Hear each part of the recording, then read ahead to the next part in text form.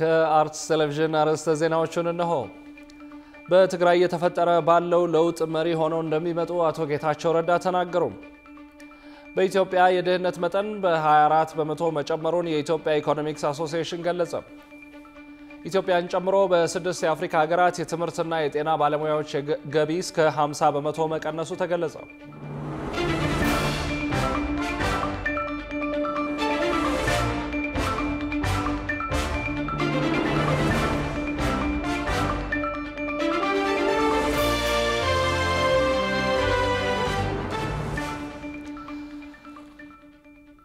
ክቡራን ተመልካቾቻችን እንደምን አላችሁ? ይህ የአፍሪካን ህዳሴ ለማብሰር ከፍ ያለ ዓላማን ይዞ በ24 ሰዓታት ስርጭት ወደ እናንተ የሚደርሰው የአርትስ ቴሌቪዥን የዜና ሰዓት ነው። ከ120 ሚሊዮን በላይ ዜጎች ያሏት ሀገራችንና በ7 አህጉራት የተከፋፈለችው ዓለማችን እንዴት ዋለች፣ እንዴት ተሳደረች የሚለውን ወደ እናንተ ልናደርስ መተናል። ዜናዎቹን ወደ እናንተ የማደርሰው ደግሞ ያብስራ ገዛይ ነኝ። አብራችሁን ቆዩ። ወደ ቀዳሚው ጉዳያችን ስናልፍ በትግራይ የተፈጠረ ላለው ለውጥ መሪ ሆነው እንደሚመጡ አቶ ጌታቸው ረዳ ተናገሩ። የቀድሞ የጊዜያዊ አስተዳደሩ ፕሬዝዳንት ጌታቸው ረዳ የፕሪቶሪያውን ስምምነት በመንግስት ወገን ከፈረሙት አምባሳደር ሬድዋን ሁሴን ጋር በኢዜአ ባደረጉት ቆይታ በትግራይ አዲስ የለውጥ ኃይል እየመጣ ነው ሲሉ ተደምጠዋል። ጽዮን ሌኩን ተጨማሪ አላት። የቀድሞ የትግራይ ጊዜያዊ አስተዳደርና የህወሓት አመራር አቶ ጌታቸው ረዳ ህወሓት ተፋጦ ካለበት መንገድ በተለየ መልኩ የትግራይን ህልውና ለማረጋገጥ ሁሉንም የሰላም መንገዶች ለመጠቀም እየሰራ ያለው ኃይል አንድ አካል ሆኜ እመጣለሁ በማለት በኢትዮጵያ ዜና አገልግሎት ባደረጉት ቆይታ ሲናገሩ ተደምጠዋል። የአሁኑ የጠቅላይ ሚኒስትሩ አማካሪ ጌታቸው ረዳ እንዲሁም የፕሪቶሪያውን ስምምነት በመንግስት ወገን የፈረሙት አምባሳደር ሬድዋን ሁሴንን በጋራ ባቀረበው የቃለ መጠይቅ መድረክ ላይ ሁለቱ አካላት ከጦርነቱ አስቀድሞ በነበሩት በጦርነቱ ወቅት በተደረጉትና በትግራይ ፖለቲካ ያለውን አሁናዊ ሁኔታ ያብራሩበትን ቃለ መጠይቅ አድርገዋል። በቃለ መጠይቁ ማገባደጃ ጌታቸው ረዳ አዲስ ለመሰረቱት የትግራይ ሊበራል ዲሞክራሲያዊ ፓርቲ ሲጠየቁ የትግራይን የለውጥ ኃይል አዋቅሮ ለመያዝ የተመሰረተ ፓርቲ ነው ሲሉ ተናግረዋል። አሁን ያለው ሁኔታ ህወሓት እመራዋለሁ የሚል ወገን ወደ ገባበት መፋጠጥ ደርሷል። በእንደዚህ አይነት ሁኔታ አሁን ሰላሙን አጥብቆ የትግራይን ህልውና በተሟላ መልኩ ለማረጋገጥ ሁሉንም መንገድ ሰላማዊ መንገድ ተጠቅማለሁ የሚለው ለውጥ የሚያቀነቅን ኃይል መበተን የለበትም። ስለዚህ ለበተ ተመለሰ የትግራይ አስተዳዳሪ ለመሆን ተመለሰ የሆነ ነገር የማድረግ ፍላጎት ያለው ሰው በአሁኑ ሰዓት አለ ብዬ አላምንም። ይሄን የለውጥ እንቅስቃሴ ግን ኦርጋናይዝድ በሆነ መልኩ መመራት መቻል አለበት። እና አልቢ ፓርት ኦፍ ዛት ሙቭመንት አማካሪ ሚኒስትሩ ስለ አዲሱ ፓርቲያቸው ይህንን ከማለት በዘለለ ተጨማሪ ነገር አላብራሩም። በትግራይ ፖለቲካ በተለይም የወጣቱ ድጋፍ እንዳላቸው የሚነገርላቸው ጌታቸው ረዳ ከህወሓትና ህወሓት እያራመደ ካለው አቋም የተነጠለ ነው ያሉትን አዲሱን የፖለቲካ መስመር ለማንቀሳቀስ መዘጋጀታቸውን አስታውቀዋል። የሊበራል እሳቤን ይከተላል የተባለው ፓርቲያቸው የአንድ ዓመት ዕድሜ ከቀረው የጊዜያዊ አስተዳደሩ አመራር በኋላ በትግራይ በሚደረገው ምርጫ ተሳታፊ እንደሚሆን ሲገለጽ እንደቆየ ይታወሳል። አቶ ጌታቸው እንዲሁም አምባሳደር ሬድዋን ሁሴን ከዚያም ባለፈ አሁን ስላለው የህወሓት ሁኔታ ሲገልጹ ለአዲሱ ትውልድ ባልተዘጋጀ የድሮ አቋም ላይ ያለ ነው የሚል አውድ ያለው ንግግር ሲያደርጉ ተደምጠዋል። ፈንዳሜንታልስ ይኖራሉ። ፈንዳሜንታል እሳቤዎች መዝለቅ ያለባቸው መሰረታዊ እምነቶች ከህዝብ ጥቅም አንፃር ከሀገር ፋይዳ አንፃር መሰረታዊ ምሰሶ የሚባል ይኖርሃል። እሱ ከሌለህ የምትላጋ ነው የምትሆነው። እምነትም የለህም ማለት ነው። እሱን ከያዝከ በኋላ ግን በእያንዳንዱ በምደርስበት ደረጃ ላይ አጀስት የምታደርገዋለህ። አዲሱን ትውልድ ለማቀፍ የሚያስችል እሱም መሪ ሊሆን አይደል? መሪ የሚሆነው አንተ ትንሽ ቀረብ ካልክለት ነው።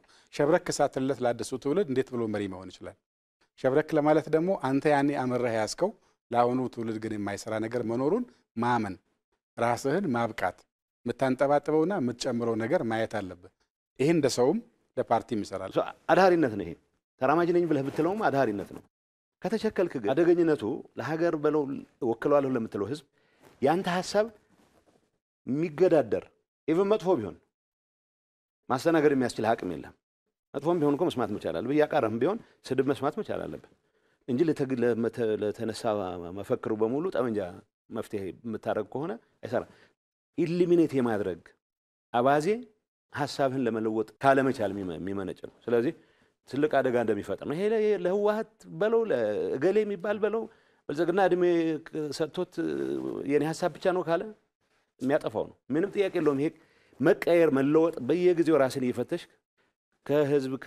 ከህዝብ ጥቅም ጋር ከዘመን ጋር ራስን እያቀራረብክ የምትኖርበት ሁኔታ ከውጥረት ያልተላቀቀው የትግራይ ፖለቲካ እስካሁን የሰላም ድምጾች ያልተሰሙበት ሆኗል። በምርጫ ቦርድና ቦርዱ በሰረዘው ህወሓት አመራሮች መካከል ያለው ውዝግብም እስካሁን አልተፈታም። ይህ እንዲህ ባለበት ሁኔታ የቀድሞ ፕሬዝዳንትና የህወሓት ቀደምት አመራሮች የመሰረቱት አዲስ ፓርቲ የትግራይን የፖለቲካ መድረክ ለመቀላቀልና አዲሱን የለውጥ ኃይል ለመምራት ዝግጁ መሆኑን እያስታወቀ ይገኛል። በኢትዮጵያ የድህነት መጠን በ24 በመቶ መጨመሩን የኢትዮጵያ ኢኮኖሚክስ አሶሲዬሽን ገለጸ። ተቋሙ ይህንን የገለጸው ከ7 ዓመታት በኋላ የሰራውን ጥናት ይፋ ባደረገበት ወቅት ነው። ብዙነህ እንዳለ ዝርዝር ዘገባ አለው። የኢትዮጵያን ኢኮኖሚያዊ እንቅስቃሴ በየዘርፉ እየከፋፈለ ጥናት በማድረግ የሚያቀርበው የኢትዮጵያ ኢኮኖሚክስ አሶሲዬሽን ላለፉት 7 ዓመታት በተለያዩ ምክንያቶች አቋርጦት የነበረውን ጥናት በመቀጠል የ2025 የኢትዮጵያ ኢኮኖሚያዊ ሪፖርትን ይፋ አድርጓል።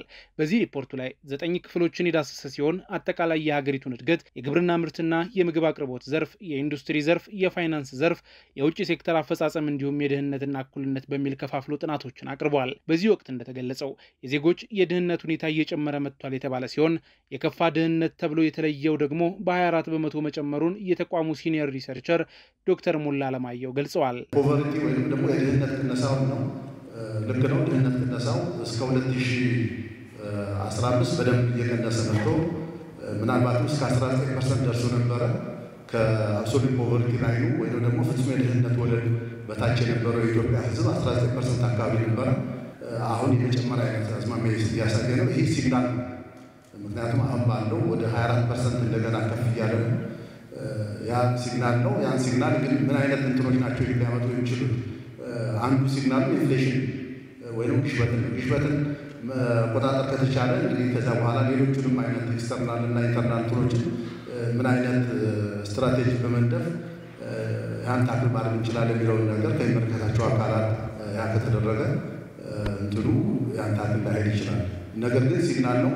ያ ካልሆነ ግን አሁንም ድህነቱ እየጨመረ እንደሚሄድ ማሳያ መንገድ ነውና በሌላ በኩል ከ2011 ዓ.ም ወዲህ በተለያዩ ምክንያቶች የኢትዮጵያ ኢኮኖሚያዊ እድገት እየቀነሰ መምጣቱን የኢትዮጵያ ኢኮኖሚክስ አሶሲዬሽን አደረግኩት ባለው ጥናት አስታውቋል። የተቋሙ ፓርትነርሺፕ ኤንድ ኮሚኒኬሽን ዳይሬክተር ዶክተር አቡሌ ማሪ ለዚህም የገንዘብ የመግዛት አቅም መዳከም እንዲሁም የሰላምና ጸጥታ ችግር በምክንያትነት የሚነሳ ጉዳይ ነው ብለዋል። ከውጭ ዕዳ ጋር በተያያዘ በተደረገው ጥናት የኢትዮጵያ የውጭ ዕዳ የመክፈል አቅም እጅግ ደካማ ወደሚባሉት ሀገራት ተርታ መጠጋቱ ተገልጿል። እንደ ሀገር የውጭ ዕዳ የመክፈል አቅም ሀገሪቱ ካላት የእድገት መጠን ወይም ጂዲፒ አንጻር ደህና የሚባል ወይም ዕዳቸውን መክፈል የሚችሉ ሀገራት ተርታ የሚያስመድብ ቢሆንም የውጭ ዕዳ የመክፈል አቅም ግን ሀገሪቱ ካላት የኤክስፖርት መጠን አንጻር የሚሰላ በመሆኑ ስጋት ውስጥ ካሉ ሀገራት ተርታ እንድትመደብ ያደርጋታል ሲሉ የግብርናና የገጠር ልማት አስተባባሪ ዶክተር አረጋው ሹመቴ ገልጸዋል።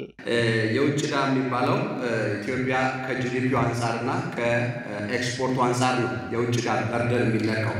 ስለዚህ የኢትዮጵያ የውጭ ዕዳ በርደን ከጂዲፒው አንጻር ሲለካ አንጻራዊ ጥሩ የሚባለው ትሬሾልድ ላይ ነው የምትገባው።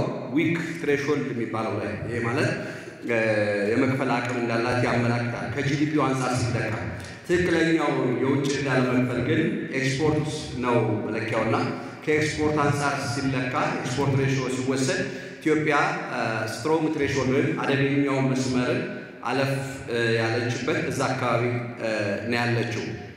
የመክፈል አቅማቸው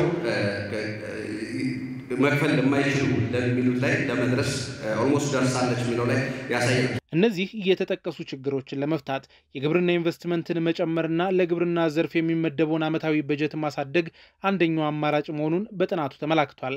በተጨማሪም ሰላምና ጸጥታ ላይ ያሉ ችግሮችን መፍታት የሚቻልበትን አማራጭ መፍጠር ብሎም የገበያ ትስስር መፍጠር ለሀገሪቱ ኢኮኖሚያዊ እድገት መፍትሄ ነው ተብሏል።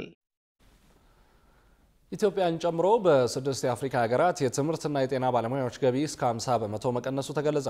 ዓለም አቀፉ የተራድኦ ድርጅት አክሽን ኤድ ይፋ ባደረገው የጥናት ሪፖርት ላይ የውጭ ብድር ክፍያን ለመደገፍ ሲባል የሕዝብ አገልግሎት ወጪ እንዲቀንስ መደረጉ የጤናና የትምህርት ዘርፉን በእጅጉ ጎድቶታል ብሏል። ሩሃ ግርማ ተጨማሪ አላት።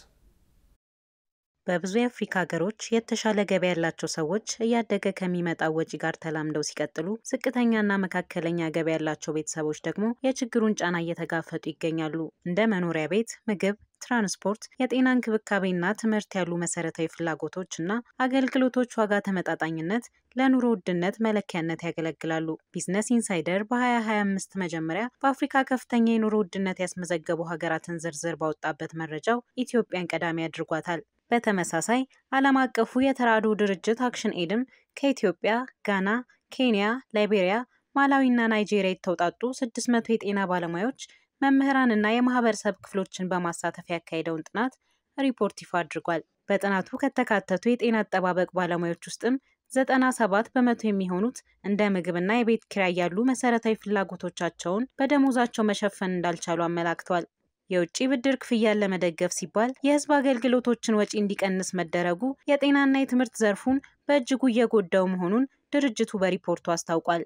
የዕዳ ቀውስ በዓለም ላይ በፍጥነት እየተባባሰ በሄደበት በዚህ ወቅት በዓለም ላይ ካሉ ዝቅተኛ ገቢ ካላቸው ሀገራት ከ3/4 የሚበልጡት ከጤና አጠባበቅ ይልቅ ለዕዳ አገልግሎት የበለጠ ወጪ እያወጡ መሆኑንም ጥናቱ ጠቁሟል። ለአብነትም በ2024 ናይጄሪያ ከአጠቃላይ ገቢዋ 4 በመቶ ብቻ ለጤና ዘርፉ መመደቧን የገለጸ ሲሆን ነገር ግን የውጭ ዕዳን ለመክፈል 20.1 በመቶ መመደቧን አመላክቷል። ድርጅቱ አክሎም የዓለም አቀፍ የገንዘብ ድርጅት IMF መንግስታት የውጭ ዕዳን ለመክፈል የህዝብ ወጪን በከፍተኛ ሁኔታ እንዲቀንሱ መምከሩ ለእነዚህ ሀገራት የህዝብ አገልግሎቶች ውድቀት ተጠያቂ ነው ሲል ወቅሷል። በዚህም ምክንያት በተጠቀሱት 6 አፍሪካ ሀገራት ላይ የትምህርትና የጤና ባለሙያዎች ገቢ እስከ 50 በመቶ መቀነሱን ያመላከተው የድርጅቱ ሪፖርት ሀገራቱ የውጭ ብድርን በከፍተኛ ደረጃ መቀነስ እንዳለባቸው ጠቁሟል። መንግስት ለጤና ባለሙያዎች ጥያቄ ትኩረት ሰጥቶ ግልጽ በሆነ መንገድ መፍትሄ እንዲያበጅ ኢሰመኮ አሳሰበ። ኮሚሽኑ የጤና ባለሙያዎችን የህብረተሰቡን የጤና አገልግሎትና በህይወት የመኖር መብቶችን አደጋ ላይ በማይጥል መልኩ ጥያቄዎቻቸውን እንዲያቀርቡ ጥሪ አቅርቧል። ተጨማሪ አለን። የኢትዮጵያ ሰብአዊ መብቶች ኮሚሽን የህክምና ባለሙያዎች ከግንቦት 5 ቀን 2017 ዓ.ም ጀምሮ በተለያዩ የሀገራችን ክፍሎች በህክምና ተቋማት ውስጥ በማድረግ ላይ የሚገኙትን የስራ ማቆም አድማ በተመለከተ ጋዜጣዊ መግለጫ ሰጥቷል። ኮሚሽኑ በዚሁ መግለጫው ላይ አንዳንድ የህክምና ባለሙያዎች የደሞዝና ከስራ ሁኔታ ጋር የተያያዙ ጥያቄዎችን መንግስት እንዲመልስ ሰጥተናል ያሉት የ30 ቀናት የጊዜ ገደብ ግንቦት 3 ቀን መጠናቀቁን ተከትሎ በመንግስትና በህክምና ባለሙያዎች በመወሰድ ላይ የሚገኙትን እርምጃዎች በመከታተል ላይ እንደሚገኝ ገልጿል። በዚህም መሰረት ከአዲስ አበባ በተጨማሪ ከአጋሮ፣ ከአርባ ምንጭ፣ ከባህር ዳር፣ ከፊቼ፣ ከጎባ፣ ከሐዋሳና ከጅማ ከተሞች መረጃዎችን ማሰባሰቡን ጠቁሞ በመንግስትም ሆነ በባለሙያዎቹ እየተወሰዱ ያሉ እርምጃዎች የሰብአዊ መብት ጥሰቶችን እንዳያስከትሉ ትኩረት ሊሰጣቸውና አፋጣኝ መፍትሄ ሊያገኙ እንደሚገባ አሳስቧል። ጉዳዩንም አስመልክቶ ከጤና ሚኒስቴር ኃላፊዎች፣ ከጤና ባለሙያ ተወካዮችና ከሚመለከታቸው የመንግስት አካላት ጋር ውይይቶችን ማካሄዱን አክሏል። በተጨማሪም በከፊልና ሙሉ የስራ ማቆም አድማን ተከትሎ በአዲስ አበባ ክትትል ባደረገባቸው የጥቁር አንበሳ፣ የቅዱስ ጳውሎስ፣ የቅዱስ ጴጥሮስና የዳግማዊ ምኒልክ ሆስፒታሎች ኃላፊዎች ጋር በመነጋገር የተፈጠሩ ክስተቶችን መታዘብ መቻሉን አመላክቷል። በዚህም በአንዳንድ የህክምና ተቋማት በጽኑ ህሙማን ማዕከል የሚገኙ ታማሚዎች በሐኪም እጥረት ተገቢውን ህክምና ማግኘት አለመቻላቸውን፣ ከክልል ከተሞች ረጅም ቀጠሮ ጠብቀው ለህክምና የመጡ ታማሚዎችም ለእንግልት የተዳረጉ መሆኑን ገልጿል። ከዚህም በተጨማሪ በባለሙያዎች እጥረት ምክንያት አንዳንድ የህክምና ተቋማት ባለሙያዎችን ለረጅም ፈረቃዎች እንዲሰሩ ለመመደብ የተገደዱ መሆኑንና ታካሚዎች ህክምና ለማግኘት ለረጅም ሰዓታት እንደሚጠብቁ ለማረጋገጥ እንደቻለ አስታውቋል። በሌላ በኩል ኮሚሽኑ በቁጥጥር ስር የዋሉ የጤና ባለሙያዎች አያያዝን አስመልክቶም ክትትል በማድረግ ላይ እንደሆነ ገልጾ ፖሊስ በማህበራዊ ሚዲያዎች ቅስቀሳ አድርገዋል፣ በሌሎች በስራ ላይ በሚገኙ ባልደረቦቻቸው ላይ ዛቻና ማስፈራራት አድርሰዋል ያላቸውን የጤና ባለሙያዎች በቁጥጥር ስር ያዋለ መሆኑን ለመረዳት እንደቻለ ጠቁሟል።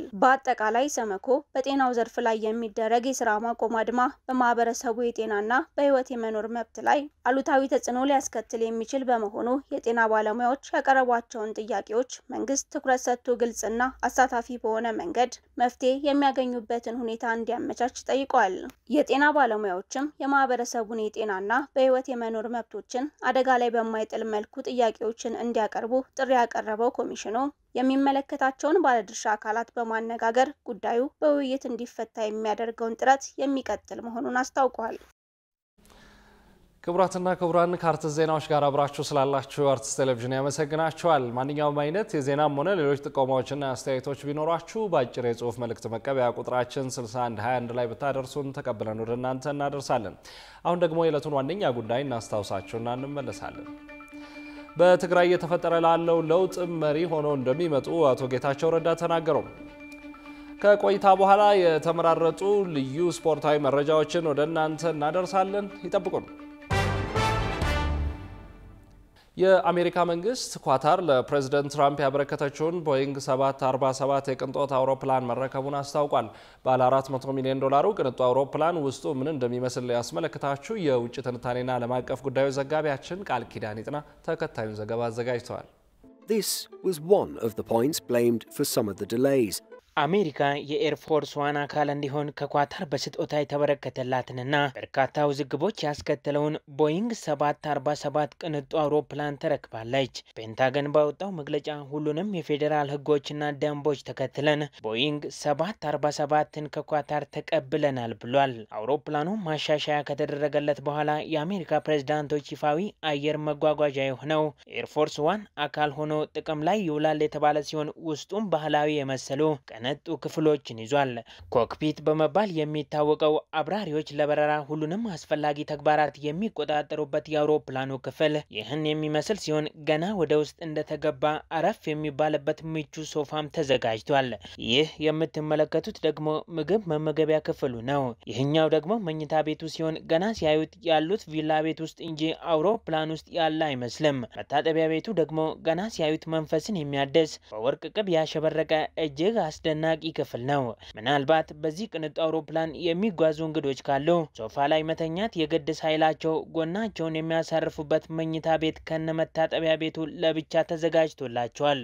አውሮፕላኑ የተንጣለለ ሳሎንም በውስጡ ያካተተ ሲሆን ሲያስፈልግ ሻይ ቡና ለማለት ሲያስፈልግ ደግሞ እንግዶች ለመቀበል እንዲያመች ተደርጎ የተሰራ ነው። መቀመጫዎቹ ምቾት እንዲኖራቸው ተደርጎ ከንጹህ ቆዳ የተሰሩ ሲሆን በክንድ ለመደገፊያነት እንዲያገለግሉ እጥፍ ዘርጋ የሚደረግ እጀታም ተገጥሞላቸዋል። በደረጃ ወደ ላይ ሲወጡ ከላይ ከጠቃቀስናቸው ዘመናዊ ክፍሎች በተጨማሪ አውሮፕላኑ የህፃናት መጫወቻ ክፍልም ጭምር አለው። የኳታር ንጉስ ለፕሬዝዳንት ትራምፕ ይህን የሰማይ ላይ ቤተመንግስት የተባለለትን አውሮፕላን በስጦታ ያበረከተ ሲሆን ውስጣዊ ገጽታው ሙሉ እድሳት ይደረግለታል ተብሏል። በተለይም ፕሬዝዳንት ትራምፕን ለማጓጓዝ የግዴታ መሟላት ያለባቸው የደህንነት መስፈርቶች አሉ የተባለ ሲሆን ከነዚህ መካከል በኒውክሌር ፍንዳታ የሚመጣን ኤሌክትሮማግኔቲክ ኃይል ግፊት እንዲቋቋም ማድረግና አውሮፕላኑ በረራ ላይ ያለ ነዳጅ መሙላት እንዲችል ማድረግ ይገኙበታል። ሆኖም ዳግም ማስተካከያውን ለማጠናቀቅ ዓመታትን ሊወስድ ብሎም $1 ቢሊዮን ሊፈጅ ይችላል የተባለ ሲሆን ይህም ከአውሮፕላኑ ዋጋ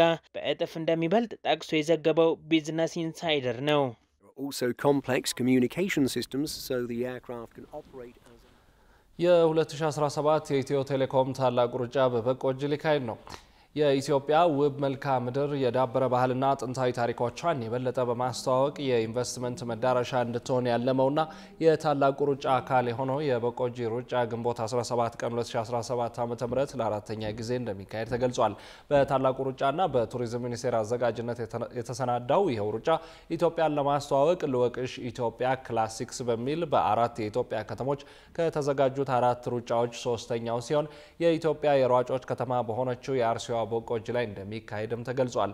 በአትሌቶችና የጤና ሯጮች የ12 ኪሎ ሜትር ውድድር፣ የ16 ዓመት በታች የታዳጊዎች ሻምፒዮናና የህፃናት የሩጫ ውድድሮች ይኖራሉም ተብሏል። ውድድሩ ከሩጫም በተጨማሪ በአርሲ ሰንሰለታማ ተራሮች ላይ የሚደረግ የእግር ጉዞና የካምፒንግ ፕሮግራምን ያካተተ እንደሚሆንም ተመላክቷል። ክቡራን ተመልካቾች አሁን ደግሞ ልዩ ልዩ ስፖርታዊ መረጃዎችን ወደ እናንተ የምናደርስበት ሰዓት ላይ ነን። ስፖርታዊ መረጃዎቹ በሷሊ መሐመድ ወደ እናንተ ይደርሳሉ። ከመረጃዎቹ ጋር መልካም ቆይታ። ስፖርታዊ መረጃዎቻችንን ከሀገር ውስጥ እንጀምራለን። ተጠባቂ የኢትዮጵያ ፕሪሚየር ሊግ መርሃ ግብሮች ነገ ይደረጋሉ። የ31ኛ ሳምንት ጨዋታዎች በአዳማ ሳይንስና ቴክኖሎጂ ዩኒቨርሲቲ ስታዲየም በሁለት ተጠባቂ ጨዋታዎች በነገው ዕለት ጅማሬውን ያደርጋል። ቀን 9 ሰዓት ጨዋታው ሲጀምር ከሊጉ መውረዱን ያረጋገጠው ወልዋሎ አዲግራት ዩኒቨርሲቲ ከአርባ ምንጭ ጋር የሚገናኙ ይሆናል። ሊጉን በጥሩ ሁኔታ ጀምሮ መሀል ላይ እየተንገዳገደ የሚገኙ አርባ ምንጭ ከነማ ጨዋታውን አሸንፎ ወደ አሸናፊነት ለመመለስ የሚያደርገው ትንቅንቅ የሚጠበቅ ይሆናል። የሳምንቱ ታላቅ ጨዋታ 12 ሰዓት ሲጀምር የሊጉ መሪ ኢትዮጵያ መድህን ከተከታዩ ኢትዮጵያ ቡና ጋር የሚያደርጉት ጨዋታ በኳስ አፍቃሪያን ዘንድ እጅግ ተጠባቂ መርሃ ግብር ነው። ካለፉት 5 ጨዋታዎች 4ቱን ማሸነፍ የቻሉት ሁለቱ ቡድኖች በመካከላቸው የ9 ነጥብ ልዩነት ይዘው የሚገናኙ ይሆናል። ኢትዮጵያ መድህን ካሸነፈ ነጥቡን ወደ 12 በማስፋት የዋንጫውን አንድ ጆሮ መያዙን ያረጋግጣል። በወጣቶች ተገንብቶ ዘንድሮ አስደናቂ ቡድን ይዞ የቀረበው ኢትዮጵያ ቡና አሸንፎ በመካከላቸው ያለውን የነጥብ ልዩነት ለማጥበብ የሚደረገው ፍልሚያ የሚጠበቅ ይሆናል። ጨዋታው ነገ 12 ሰዓት ላይ በአዳማ ሳይንስና ቴክኖሎጂ ስታዲየም የሚከናወን ይሆናል። ኢትዮጵያዊቷ የመስመር አጥቂ አረጋሽ ካልሳ የታንዛኒያ ሴቶች ፕሪሚየር ሊግ የዓመቱ ምርጥ ጎል ሽልማት አሸነፈች። በታንዛኒያ ሴቶች ፕሪሚየር ሊግ ላይ ያንግ አፍሪካ ሴቶች እግር ኳስ ቡድን እየተጫወተች የምትገኘው ኢትዮጵያዊቷ የመስመር አጥቂ አረጋሽ ካልሳ የውድድር ዓመቱ ምርጥ ጎል ዘርፍ ሽልማት ማሸነፍ ችላለች። አረጋሽ ካልሳ ያንግ አፍሪካ ከጄኬቲ ጋር በነበረው ጨዋታ ያስቆጠረችው ጎል የውድድር ዓመቱ ምርጡ ጎል በመባል መመረጥ ችሏል። የአረጋሽ ካልሳው ቡድን ያንግ አፍሪካ በታንዛኒያ ሴቶች ፕሪሚየር ሊግ 3ኛ ደረጃን ይዞ ማጠናቀቅ ችሏል። ከባህር ማዶ ወዳገኘናቸው መረጃዎች ስንሸጋገር የዋንጫ እርግማኖች ሁሉ እየተሰበሩ በሚገኙበት የዘንድሮ 2025 ዓመት ቶትንሃም ማንቸስተር ዩናይትድን በማሸነፍ ከ17 ዓመት በኋላ ከዋንጫ ጋር ታርቋል። የዘንድሮ ዓመት 2024-25 ከሌላው ዓመት በተለይ የዋንጫ እርግማን የተሰበረበት ዓመት ሆኖ ተመዝግቧል። ክሪስታል ፓላስ ከ119 ዓመት በኋላ በእንግሊዝ ኤፍኤ ካፕ ማንቸስተር ሲቲን በማሸነፍ በታሪኩ የመጀመሪያ ትልቅ ዋንጫ ባለቤት ሲሆን፣ በተመሳሳይ የእንግሊዙ ክለብ ኒውካስል ዩናይትድ ሊቨርፑልን በማሸነፍ የካራባኦ ዋንጫን በማሸነፍ የ70 ዓመት የዋንጫ ጥሙን ቆርጧል። የጣሊያኑ ክለብ ቦሎኛ ከግማሽ ምዕተ ዓመት በኋላ በኮፓ ኢታሊያ ፍጻሜ ኤስ ሚላንን በማሸነፍ የዋንጫ እርግማኑን መስበር ችሏል። ነገሩን ይበልጥ አስገራሚ ያደረገው እንግሊዛዊው ኮከብ ሃሪኬን ከጀርመኑ ክለብ ባየር ሙኒክ ጋር የቡንደስሊጋ ዋንጫ በማሸነፍ የዋንጫ እርግማኑን የሰበረው በዚህ ዓመት ነው። ላለፉት 17 ዓመታት ምንም አይነት ትልቅ ዋንጫ ስሙ የማያውቁት ቶተንሃሞች ትላንት ምሽት በስፔን ሳን ማሜስ ማንቸስተር ዩናይትድን በማሸነፍ ከዋንጫ ጋር መታረቅ ችለዋል። በምሽቱ ጨዋታ የሩበን አሞሪሙ ማንቸስተር ዩናይትድ ፍጹም የሆነ የጨዋታ ብልጫ ቢኖረውም ማሸነፍ ሳይችል ቀርቷል። ጥቅጥቅ ብለው የሚከላከሉት የቶትንሃም ተጫዋቾች ገና በመጀመሪያው አጋማሽ በጆንሰን አማካኝነት ያስቆጠሩትን ግብ አስጠብቀው የዋንጫ ባለቤት መሆን ችለዋል። 3 ጊዜ በአውሮፓ መድረክ ለፍጻሜ ቀርቦ 3ቱንም ጊዜ የተሸነፈው ካሜሩናዊው የማንቸስተር ግብ ጠባቂ አንድሬ ኦናና ከጨዋታው በኋላ ብዙ ትችት እየቀረበበትና ክለቡን እንዲለቅ በገዛ ደጋፊዎቹ እየተጠየቀ ይገኛል። በየሄድኩበት ክለብ ሁሉ በየ2ኛው ዓመት ዋንጫ የምበላበት ልምድ አለኝ ያለው አውስትራሊያዊው የቶተንሃም አሰልጣኝ ቃሉን የጠበቀበትን በተለይም ደግሞ ከመሰናበት የሚያድነውን ውጤት ይዞ ወጥቷል። በአንጻሩ ስፖርቲንግ ሊዝበንን ለቆ ማንቸስተር የደረሰው ወጣቱ አሰልጣኝ ሩበን አሞሪም በማንቸስተር እህል ውሃው የተስማማው አይመስልም። ከጨዋታው በኋላ አስተያየቱን የሰጠው አሰልጣኙ አሁንም በዚህ ቡድን ተስፋ አለኝ፣ ነገር ግን የክለቡ ቦርድ እንድለቅ ከፈለጉ ምንም አይነት ካሳ ሳልቀበል ክለቡን እለቃለሁ በማለት ተናግሯል። የዘንድሮ ዓመት በአጠቃላይ ከዋንጫ ጋር የተጣሉትን ክለቦች ከዋንጫ ጋር በማስታረቅ በታሪክ የሚጠቀስ ዓመት ይሆናል። ውድ ተመልካቾቻችን የአርትስ ቴሌቪዥን የሰዓቱ ዜናዎች የተከታተላችሁትን ይመስሉ ነበር። ስለሰጣችሁን ጊዜ ከልብ እያመሰገንን ከዜናዎቹ ጋር ያብስራ ገዛኝ ቆይታ አድርጌያለሁ። ከቀሪ ጣቢያችን ዝግጅቶች ጋር መልካም ጊዜ ተመኘው።